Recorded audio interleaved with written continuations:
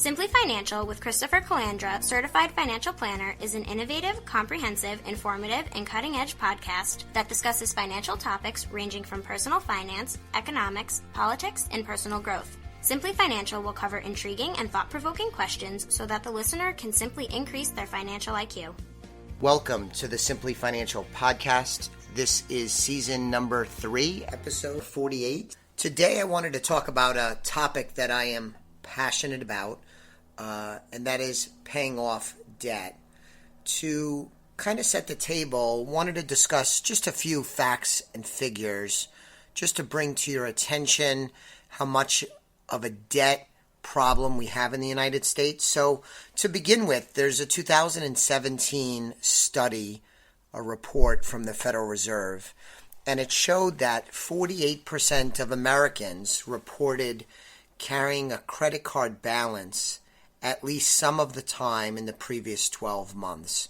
So that means almost half of those in the report, they're carrying credit card debt, not paying off the balance, paying interest rates that usually are prohibitively high. So that's the first statistic. Secondly, student loan debt. Now, I've talked about this before, most notably in season 3, episode 1. I did a podcast episode strictly on the student debt crisis. In fact, that was the title of the show, Student Debt Crisis. But a couple of quick notes about the student loan crisis. The class of 2018, 69% of the graduates of the class of 2018, so these are graduates, 69% of them took out a loan, and the average debt was just under $30,000.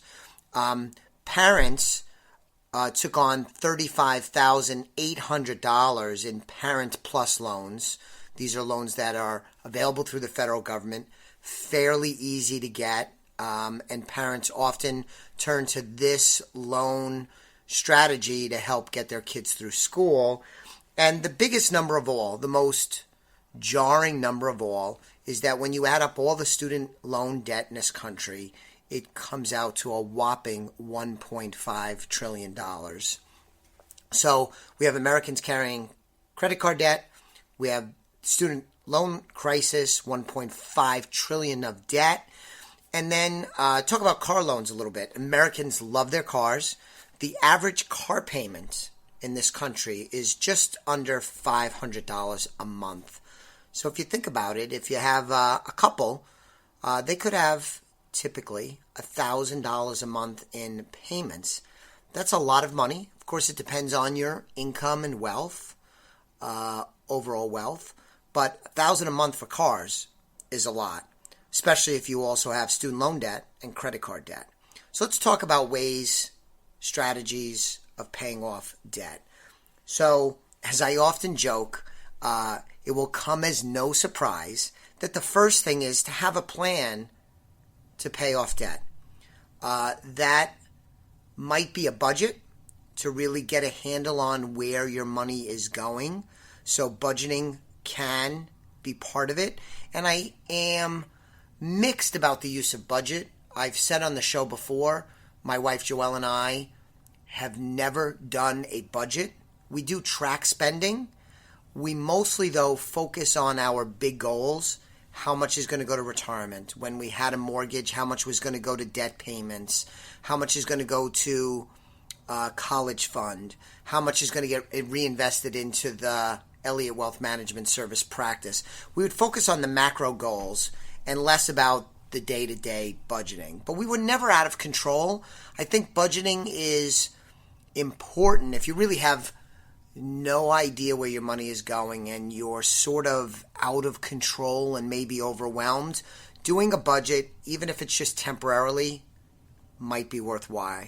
What I also wanted to say and have a plan in paying off debt is also to focus on the why. Why are you going to do this? Because there's always reasons to spend money. To take a loan instead of working at college, to go out to dinner or travel and just put it on the credit card, to upgrade to a nicer car. Who wouldn't want that? But if you focus on the why you want to get your debt paid down and eliminated, that will help keep you on track if you have an important enough why. So keep that in mind as well. So you need to have a plan. Joke, I'm a certified financial planner. I'm a planner by nature. So of course you want to start with a plan, right? The next thing is you can cut back on your spending. Maybe do less entertainment, less travel, maybe downgrade a car. Find places in your budget where you could spend less money and you could take that savings and pay down debt. The beautiful part about that is that if you pay down your debt and you eliminate your debt, then you have lots more money, lots more discretionary spending that you can be done. But while you have that debt, it soaks up a lot of your monthly income is going to debt service. So maybe cut back. The other thing is to figure out how to make more. Get a part-time job, work a little harder if you're self-employed to try and drive revenue and profits higher. Figure out a way to make more. The common term that's out there today is to have a side hustle. A little part-time thing, freelancing or delivering pizza or working part-time in the family business, whatever the case may be. But if you could spend a little less, make a little more, and you have an important why, and you're purposeful, you could have a plan to pay off debt.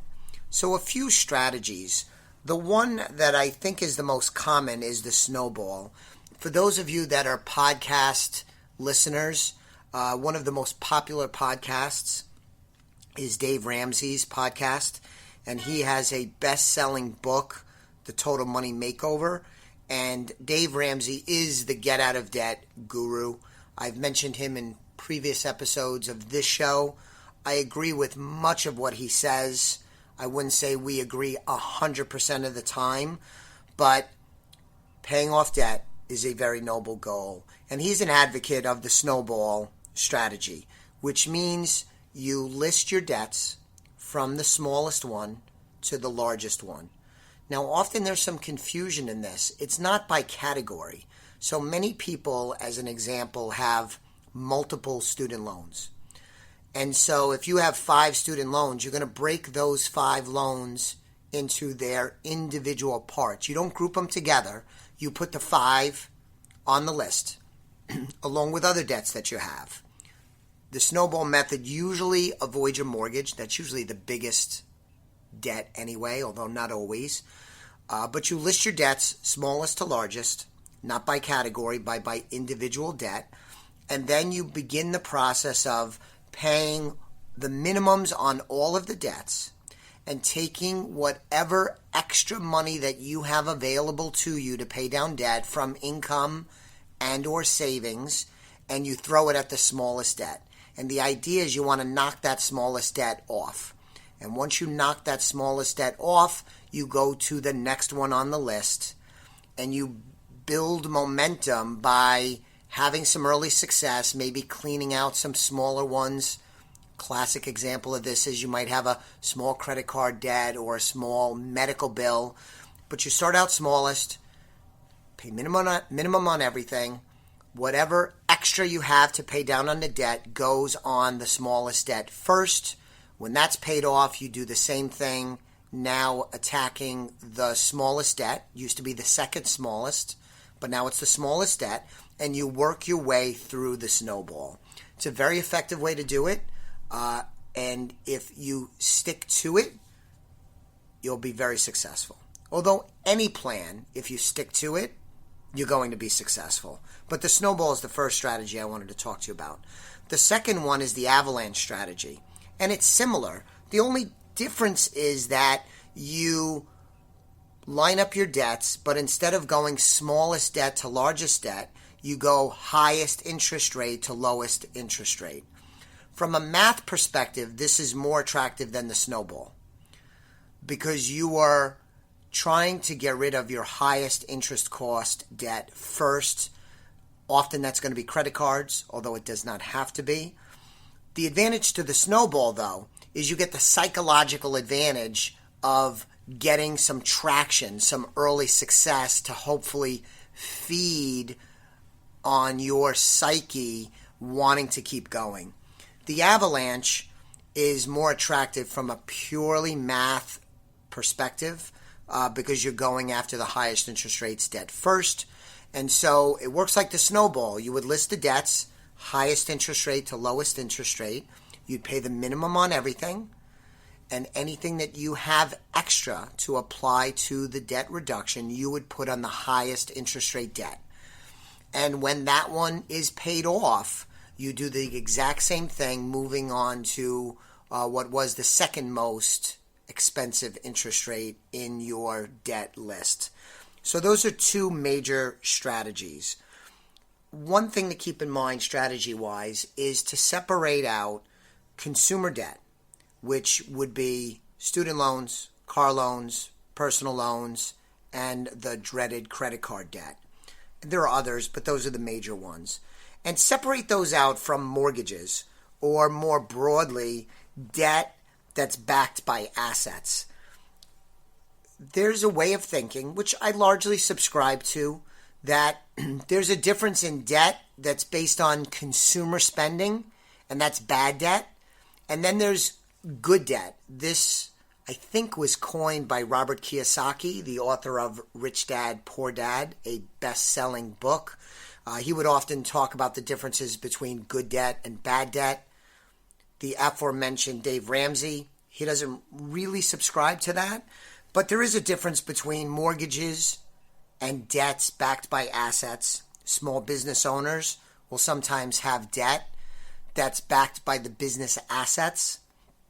And that's not necessarily good debt, but it's certainly not as harmful and problematic as consumer debt. So we're going to separate out, in your thinking about debt reduction, the consumer debt and the mortgages. The consumer debt is bad, very bad. The mortgages and debt backed by assets, not ideal, but not as problematic. A couple of things that you could do to help pay off debt is, if you have good credit and you have multiple credit cards, or you are open to getting other credit cards, a lot of these issuers will do balance transfer deals. Now, let me just put out a word of caution. You're dealing with institutions that structure these because they're going to win. And when I say win, they're likely to get interest and more money from you. So it's a competitive game you would be playing. But I could probably go to one of my credit card issuers today. I actually didn't check this, but I'm pretty sure. And I could probably go and borrow tens of thousands of dollars from them on a balance transfer. And there's really no underwriting. It's going to be based on my history with the issuer, my credit limit with the issuer, and my overall credit score, which in my case is very good, or would be considered excellent credit. And I could do a balance transfer. They'll send me the check, or they'll use the money, and I could send it to another credit card debt or personal loan or car loan or whatever the case is. A lot of times these credit card issuers will do these deals and you'll get 0% for 12 to 24 months. And that allows you to reduce your interest rate cost and buy you some time.